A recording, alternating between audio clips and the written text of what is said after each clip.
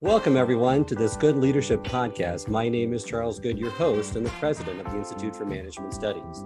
This podcast is designed to provide you with actionable insights and tools that you can use from discussing the research, stories, and background from recognized experts and practitioners to accelerate your impact in your current role. My goal is what we've discussed today will be immediately actionable and useful to you, and I'd love to hear your comments for this episode about what you're planning on implementing. Today, I'm so happy to be joined once again by Dr. BJ Fogg, the Behavior Design Lab founder at Stanford University. In addition to his research there, he teaches industry innovators how human behavior really works. He has created the Tiny Habits Academy that has helped thousands around the world and currently splits his time between Northern California and Maui. Thank you, BJ, for once again being on the program. Aloha, Charles. I'm so happy to be with you again. Hello. All right. Well, today's episode, last time we focused on behavior design. Today, I'd really like to focus on habits, how we form good habits and stop the bad habits that are holding us back. So my first question really is around that. What is a habit and why do we form them? Habit is a type of behavior. So behavior is a big category. Habit is a subset, and it's a behavior you do quite automatically without thinking, without deliberating, without deciding. If you're deciding about something, that's a pretty big signal. It's not a habit. Do I go to the gym today or not go to the gym? Do I go to the gym?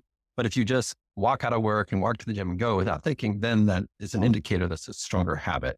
So that is what a habit is something you do quite automatically. And they form, what's the benefit of us having habits? There's other people that have studied this and people have heard this before, but certainly the things we do consistently and repeatedly, and Charles, you talk about this a lot, have a big impact on our life. And habits don't have to be something we do. I mean, you can have a habit that you do infrequently, and we do not have a good English word for that. And I'm not going to geek out about that. But most habits, or most things we think about are habits we do daily or we do regularly or multiple times a day. And it's those things that we do consistently that has a huge impact on what happens in our lives, both personally and professionally. So at the end of the day, really, the habits we have determine where we go and where we end up to a large extent. And I've read in some studies that as much as 50% of our day is done on kind of autopilot with habits. Would you agree with that? I mean, I've seen in my case anyway, with my day, there's some days where almost the entire day is spent on autopilot. Yeah. Well, it depends how you define habit, right? And so if this were an academic conference, 4 people were on the panel, we'd probably all argue about what a habit is, and therefore you can't come up with a number. So it would have to be a position of what is a habit. But I think what everyone would agree with is a massive part of what we do during the day are things we do quite automatically. Don't know what the number is because you would have to somehow find it and you'd have to operationalize it and run a, valid and reliable study. But the point and the takeaway is, a huge part of what we do are habits. Yes. And I think a lot of leaders now are looking at habit science, habit design, and really focusing on that because there's 2 great quotes that I like around this topic. I mean, one is by Tim Ferriss in his book, Tools of Titans, that states most successful people succeed not because they don't have any weaknesses, but they succeed because they've developed habits around their unique strengths. So it's all about habit formation. And the other one, with Warren Buffett is the chains of habit are too light to be felt until they're too heavy to be broken. So we don't realize the habits that we're making until, we have them, and then it's much more difficult to get rid of them. I'm going to build on that a little bit, or maybe in a direction you're not expecting. It was probably 12 years ago or so where the word habit was mostly had negative valence, had negative meanings to it. But the valence or how we think of that word, at least in, US English or linguistic groups that I'm involved with, has become more and more positive over time. And the reason I know this, for me, the marker in my mind, it was about 8 years ago. My sister Linda and I went to Weight Watchers headquarters to work with the then CEO, awesome CEO of Weight Watchers. He has since then left and they've not done as well. And we were working with them on streamlining their program.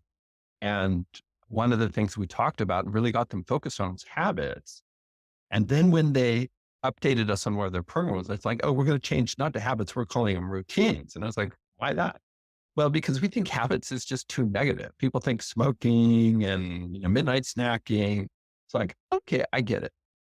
People wouldn't say that anymore. So even within that window, at least in American English or the people I associate with most, I mean, I don't know how to define that linguistic. The valence, habit has become a much more positive word than it used to be, which I think is great. I mean, a habit can be something we like or not like. I mean, they all form in the same way. They start small and they find where they fit and they get nourished. Good habits and bad habits form in the same way. And in some ways, they're exactly the same thing, except for we culturally or personally say, oh, that's a bad habit. That's a good habit. Really, whether they're good or bad is really more what we or the culture determines. It's getting up at 2 a.m. and eating chocolate cake. Is that a good habit or a bad habit? Well, in our cultures, it's probably not a great habit. It's a habit that most people would want to stop. You're right. And I'm so glad that term is now found more favor because it's really popular right now. And I'm really fascinated by the way habits can either reinforce our identity or help us change our identity to something that is more desirable. Do you agree with that close connection with Yes. identity change? Yes, I talked about this years ago. In 2010, I was goofing around with my own behavior, trying to figure out how do I change behavior, and came up with the method that I eventually called the Tiny Habits method. And it worked amazing in my life. So in 2011, I started teaching it publicly, and I created this 5-day program in 2011, and it worked for other people. And so I would coach people personally in email over the course of 5 days and ended up it caught on pretty quickly, 200 to 400 people a week, which was a lot, but week after week after week, coaching all these people. And then I would evaluate it every week because that's what I do. I'm a researcher. I study things and try to improve it. And one of the things I saw in the qualitative feedback, people were like, they were indicating they thought of themselves differently. And so then I included that as part of the weekly evaluation I did. And so that probably started in 2013 or 14. And it was really clear that as people do habits and feel successful, it will then change how they think about themselves. I'm now the kind of person who can change. I'm the kind of person who can be nice to myself. I'm the kind of person who can eat healthy food and so on. So it was 10 years ago or so, and then started measuring it 8 or 9 years ago, clear connection between identity shift and people creating habits. There was a clear connection there. Now, the mechanism of why that happens is hard to unpack, and I've not run an experiment to say, this is exactly what's going on. I have a sense of that, but what is clear in my data and has been clear for a long time is that when people do a new habit and feel successful, that will then change their identity, the way they think about themselves. That's great to hear and and we'll get into that celebration part, especially toward the end of this episode. Let's just remind our listeners if they didn't hear the previous episode, behavior change happens when, so we can unpack the model and kind of get into more of the details of how to form good habits first. And then we'll talk a little bit about how to tackle those bad habits. In the bigger realm, the world of behavior, all behavior types, habits, one-time actions, stopping, temporary actions, etc. All behaviors are characterized by motivation, ability, prompt. And I call that the Fogg behavior model. Turns out it really is that simple. Motivation, ability, prompt, at least simple to say. So if you want a behavior to happen, there's got to be some motivation for it. You have to have ability for it, and you increase your ability if it's simple or easy to do. There's going to be a prompt, something that says, do this behavior now. And if any one of those is missing, the behavior will not happen. Okay. So whether you're thinking about getting yourself to clean the garage one time or getting yourself to, let me pick a really weird example, take off your shoes when you get to the threshold of your home. That's not a weird example in many parts of the world, but in the US, it is a little odd. Those behaviors will only happen if you have motivation, ability, and a prompt. So that applies to all behavior types. And there's a compensatory relationship between ability and motivation, Yes. which is good to understand and to know, because if it's going to be really difficult to do, ability is going to be hard, then you better be really motivated to do it, right? In 2007, I mapped this out in a graphic that we're not showing right now, but you can go to behaviormodel.org and see this graphic. And there's a curved line on the graphic. And that's what it shows, is it shows there's a relationship between motivation and ability. The harder the behavior, the more motivation you need to do it. On the flip side, the easier the behavior, the lower your motivation can be. And that was that second part that led to the tiny habits method. I was looking at the graphic of my own model, Fogg behavior model. I was like, oh, here, the lower right-hand corner. And if people are just listening and care, go to behaviormodel.org and look. In the lower right-hand corner, if a behavior is really easy to do, then my motivation can be it could be high, but it also could sag and be relatively low if it's easy to do. And I thought, so that means, this is like 2010, if I make a habit really, really easy to do, then I don't have to rely on motivation very much. Okay, let me try that. And that's what led to the tiny habits method, where it is a method for designing habits where you don't rely on motivation or willpower because you make the habit so easy to do. And that is a hack, right? That really wasn't a thing back then, where you really deal with the realities of human motivation going up and down over time. And rather than trying to like learn to motivate yourself, you instead went to the other component in the model, ability, and you made it really easy to do, which we have more control over. We have more control over making something easy to do than where our motivation might be at any given moment. You're right. It's such an effective model to use. Let's pick an example of a good habit that you want to start and kind of walk through just a general overview of the model. Let's say you want to floss your teeth more in the morning. So it's something that you want, greater hygiene with. So the first thing is that identifying that aspiration, right? To say, okay, that's what I want to do. Then you identify ways or behaviors that you can identify that will get you to do it, right? So you break it down, that aspiration, that outcome into something more tangible, these observable behaviors. You kind of crispify them, making sure they're detailed enough so you have that understanding. And then once you've identified kind of those golden behaviors, those that have high impact, that are easy to do, that you're motivated to do, then you're road testing them, right? And it's a very iterative process in which you are road testing these golden behaviors. Some are going to work better than others, but you have checkpoints along the way to really improve the likelihood of success, correct?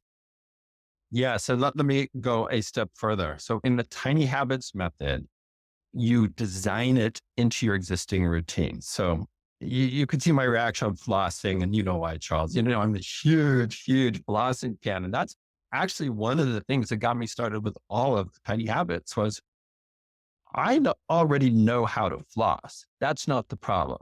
I just don't know how to floss automatically. I don't know how to make it a habit. And so what I did with that, looking at my own model and putting it to the test, it's like, okay, if I make flossing really easy to do, then it won't matter much where my motivation is. So I made it easy to do by thinking I'm going to floss one tooth. I also bought floss that was super thin and would go between my teeth. And I also left the floss right on the sink. Okay. So notice all those things make it easy to do. But, I talk about floss one tooth. Well, but there are other ways to make it easy. You don't want the floss hidden in the back of the cabinet. You don't want floss that's really hard to use. And then you say, okay, I got it. Now it's tiny. What does it come after? Okay, so now you're designing the prompt. So in the behavior model, you got motivation, ability, prompt. So ability, we already took care of, is floss one tooth. What does it come after? So in the tiny habits method, you use an existing routine, something you already do to be your prompt. And so it's like, after I brush, I will floss one tooth. So that's what tiny habits we call a recipe. After I will. After I brush, I will floss one tooth. And, in developing the recipe format, Charles, I thought, well, maybe I should say it this way. I will floss one tooth after I brush, right? And I explored iterations of that. This would be like in 2010 and 11 and decided, no, the best way is after I will. So after I brush, I will floss one tooth. So that's the tiny habit recipe. So you know exactly what you're doing. You've made it easy and you have a prompt. Okay.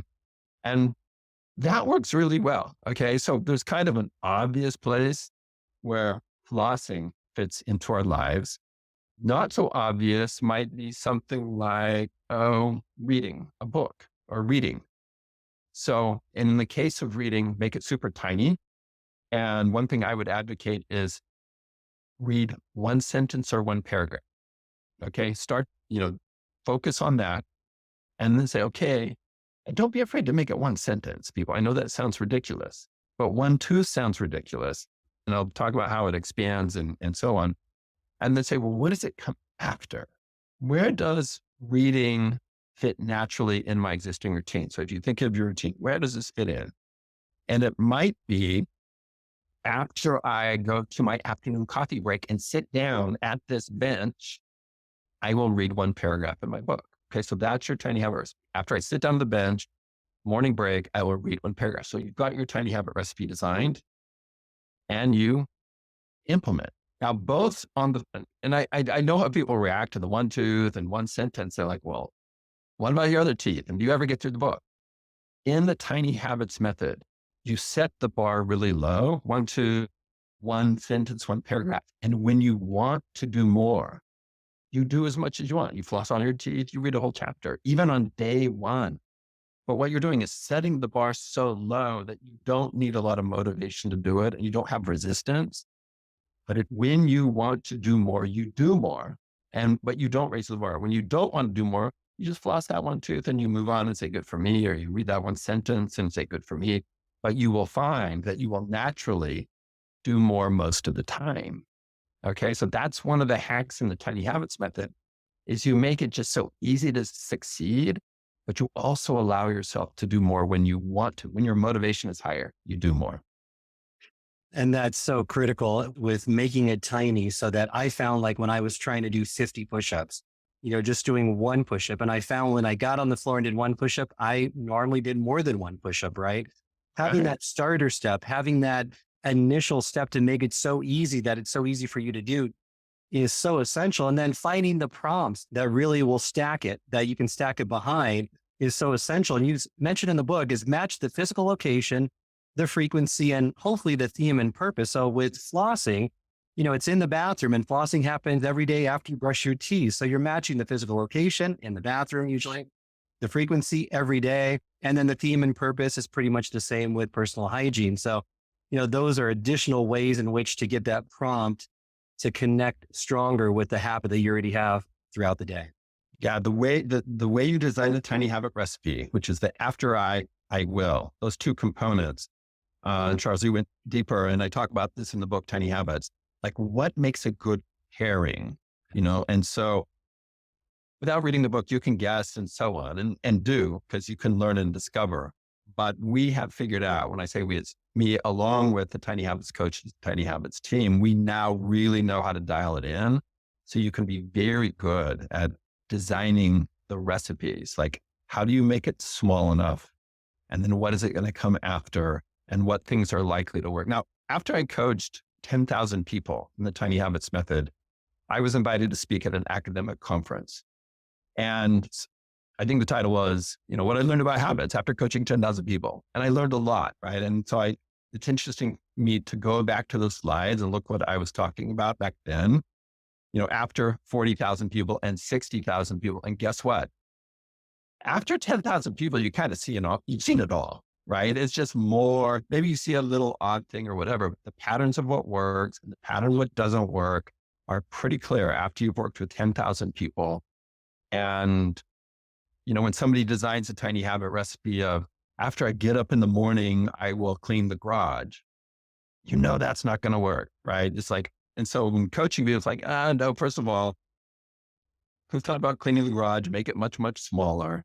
And after you get up in the morning, it's not a specific action and, you'll be in your bedroom and, so you talk about, so there are things that as you get more expert and learn about how to create the recipes, you can just dial it in much, much faster than filling in the blanks after I will. I completely agree. And you're right. That's a way to do it. The final step, which I think is one of the big takeaways, is make it tiny. And I think that's been, a lot of people know that, but I think the one huge takeaway for me, because I get this a lot from people saying, so how long does it take to wire a habit in? There's no fixed time period, but they're missing a critical element of the process if they don't do this. And that's finding ways to celebrate.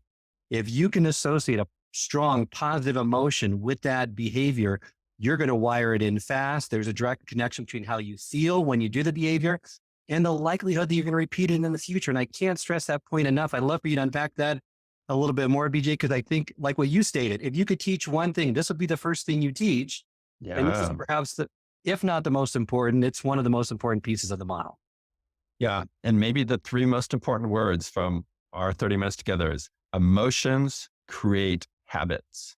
And that's a chapter of my book in Tiny Habits. It's not repetition. It's not other things that people say. It's emotions.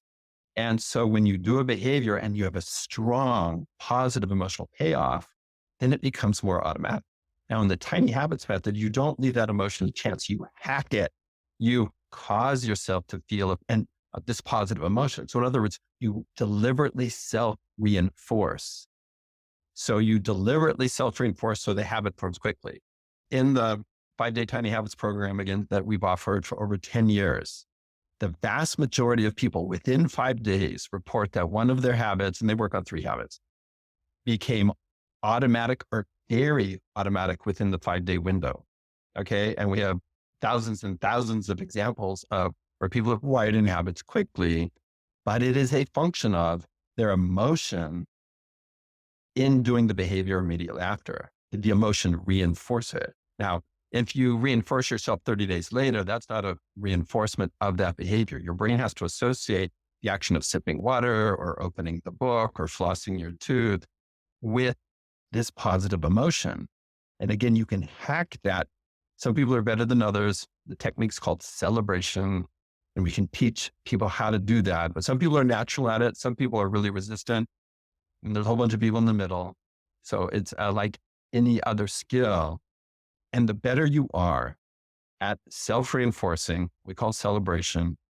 Now I'll just use the term, the better you are at self-reinforcing, faster you can create habit. It's like the superpower for creating habits is the ability to self-reinforce.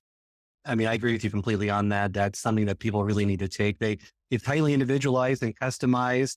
Immediacy and intensity are keys. It kind of can seem a little bit silly or contrived when you're celebrating over just flossing one tooth, but it works.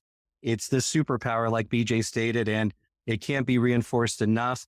He provides a lot of great ways to create that authentic shine, from private celebrations to public celebrations to that power celebration. If you really want to wire in habits fast, this is an essential piece that you can't skip over. Yeah, it's, in coaching the thousands of people, Wednesday in the 5-day program was the day when I said, look, you're probably not celebrating, because you probably dismissed it, but you really need to. And then I remember people would write back saying, yeah, but why should I celebrate this? And it's like, well, if you want it to become a habit quickly, learn how to self-reinforce. And if people said, no, I'm not celebrating, it's like, it's your choice. It's your choice if you don't want the habit to form quickly.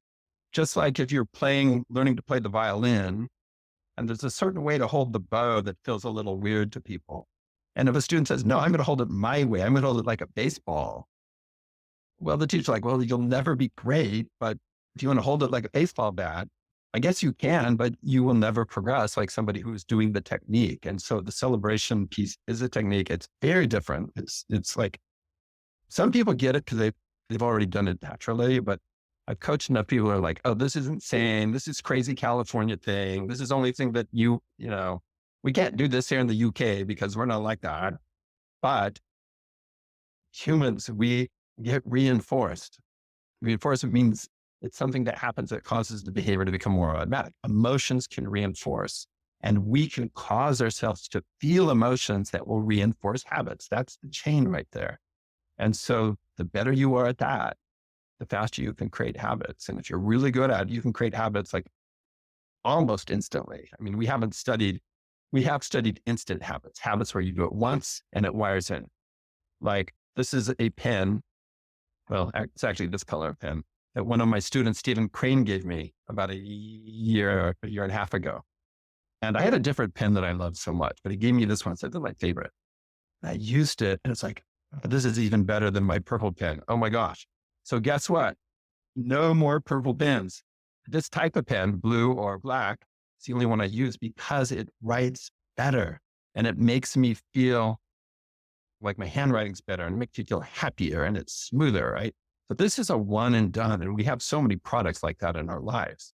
New shoes, a new car. You don't have to work on, driving the car 66 times for it to become a habit. You drive the car and it makes you feel awesome and empowered. It's probably going to become a habit quickly. Anyway, there's a whole category of instant habits, which helps people understand that there are ways to create habits very, very quickly. And it's not dependent on repetition. It's dependent on our emotions when we do that new behavior. That is such a critical distinction that more people really need to hear if they want to form habits quickly and make them last. Before we end today's episode, I'd like to just talk a little bit about how do we stop bad habits, which we follow a similar process. You've identified the bad habit, you've identified behaviors that contribute to it, but you have the analogy, which I love this analogy, it's about a tangled knot. And if you could just go through that just briefly for our listeners so they know, okay, here's what we should do first, second, and then here's the most effective way to try to rid ourselves of some of these. Yeah. I know our time is limited. And there's a chapter in my book just on this. Let me give two quick answers.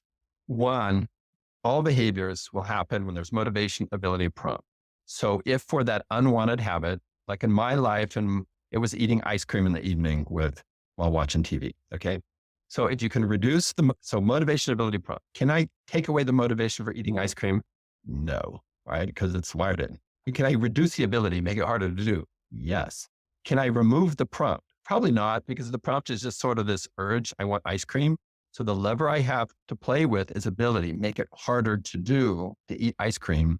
And we did that by creating a policy in our home. There'd be no ice cream in the home. So then when you get prompted and want ice cream, it's like, there's no ice cream unless we go to the store. No, we're not doing that. We're just going to have yogurt and put some apples in it. So that's one quick answer. My second answer is the idea of breaking a bad habit sets up the wrong expectation. It's like it suddenly is broken. Whereas a better way, and I talk about this in Tiny Habits, is you untangle the unwanted habit. So it's a process. And you don't start with the tangle that's the tightest in the middle. You start with the easiest one and you deal with that. So let's say unhealthy snacking is a general bad habit you want to address. Well, what type of unhealthy snacking is just the easiest thing for you to not do? Oh, it's eating potato chips on my lunch hour. Great. So you either make that harder to do or stop that. And you go from little by little, you untangle till you're free from that habit. So two different ways of thinking about it, both relate to behavior design and tiny habits. The process of creating habits is relatively simple and quick and easy compared to the breaking habits that people talk about. I mean, some habits are super easy to break, but the ones we're talking about here, like people eat or anger or media use, or can be difficult habits.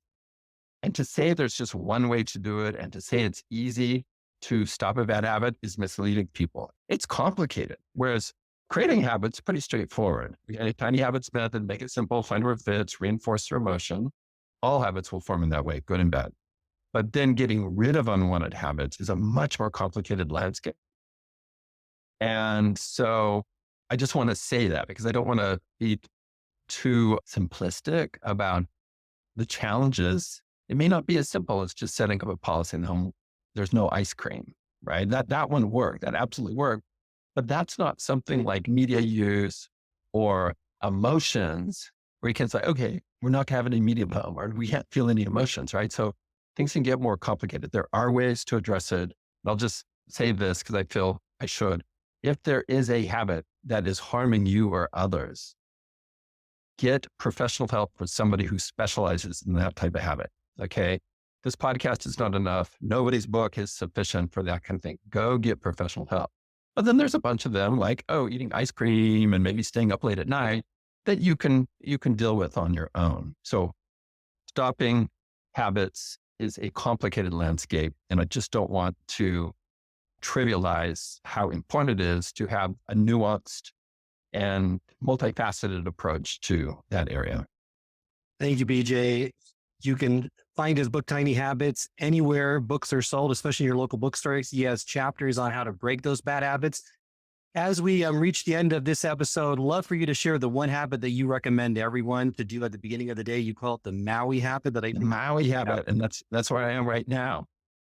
First thing in the morning, as your feet touch the floor and you're in bed, say, it's going to be a great day. So the recipe is, after my feet touch the floor in the morning, I will say, it's going to be a great day. All right. So I've done that for a long time now, and thousands of people do that. And it really does work. Okay. And even if you feel like it's not going to be a great day, go ahead and say it anyway, and you'll still see the impact. Now, there's more behind that, but that's a special habit. And it's a great way to start your day, and it does make a difference. Thank you, BJ, for joining me again today on the podcast. Remind our listeners how they can get in contact with you. bjfogg.com is sort of the place where you can get to my other work on Tiny Habits. Go to tinyhabits.com and you'll see some things there. Free 5-day program in Tiny Habits where you work with a coach that I'd help train. So a real human helps you, and it's free and very effective. I mean, so we take a lot of pride in the fact that that program is designed to be the fastest way to learn about habits and create new habits in your life. And that is the starting point for other things. Thank you so much for being on the program today. Really appreciate it. Welcome. Thank you.